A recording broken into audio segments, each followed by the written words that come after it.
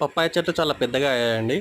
ఖర్జూర తోటలో పప్పాయ చెట్లు పెట్టిన విషయం మీకు అందరికీ తెలుసు. మీరు సబ్స్క్రైబర్ అయి ఉంటే మీరు డేట్ ఫార్మింగ్లో పప్పాయ ఏ విధంగా ప్లాంటేషన్ చేసామనేది మీకు అర్థమవుతుంది. మీరు సబ్స్క్రైబర్ కాకపోతే please subscribe to Miyapur Farms. ఇక్కడ కనిపిస్తుంది యాపిల్ చెట్టు అండి. ఇది ఖర్జూర పక్కన పప్పాయ ఉండే ఇక్కడ చనిపోయింది.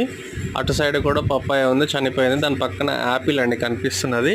చూడండి లైన్గా ఈ విధంగా ఫార్మింగ్ చేయొచ్చు.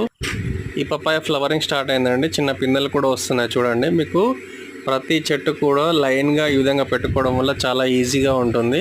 ఈ మధ్యలో లైన్లో 2 లైన్లు బంతి చెట్లు పెట్టామండి ఇప్పుడు దసరాకని.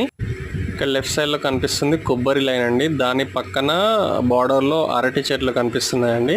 కొబ్బరికి యువతల పోల్స్ వేసి పెట్టాము కదా, అది డ్రాగన్ చెట్లు అండి. డ్రాగన్ ఫ్రూట్ ఫార్మింగ్ అది.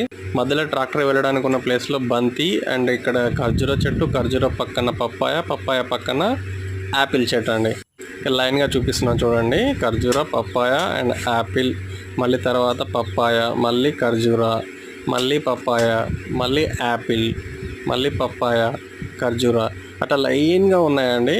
ఆల్మోస్ట్ 1000 ఫీట్లు ఉంది. ఈ ఖర్జూర లైన్ పక్కన మళ్ళీ కవరేజ్ కనిపిస్తుంది కదా, డ్రాగన్ అండి. దాని పక్కన మళ్ళీ బంతి.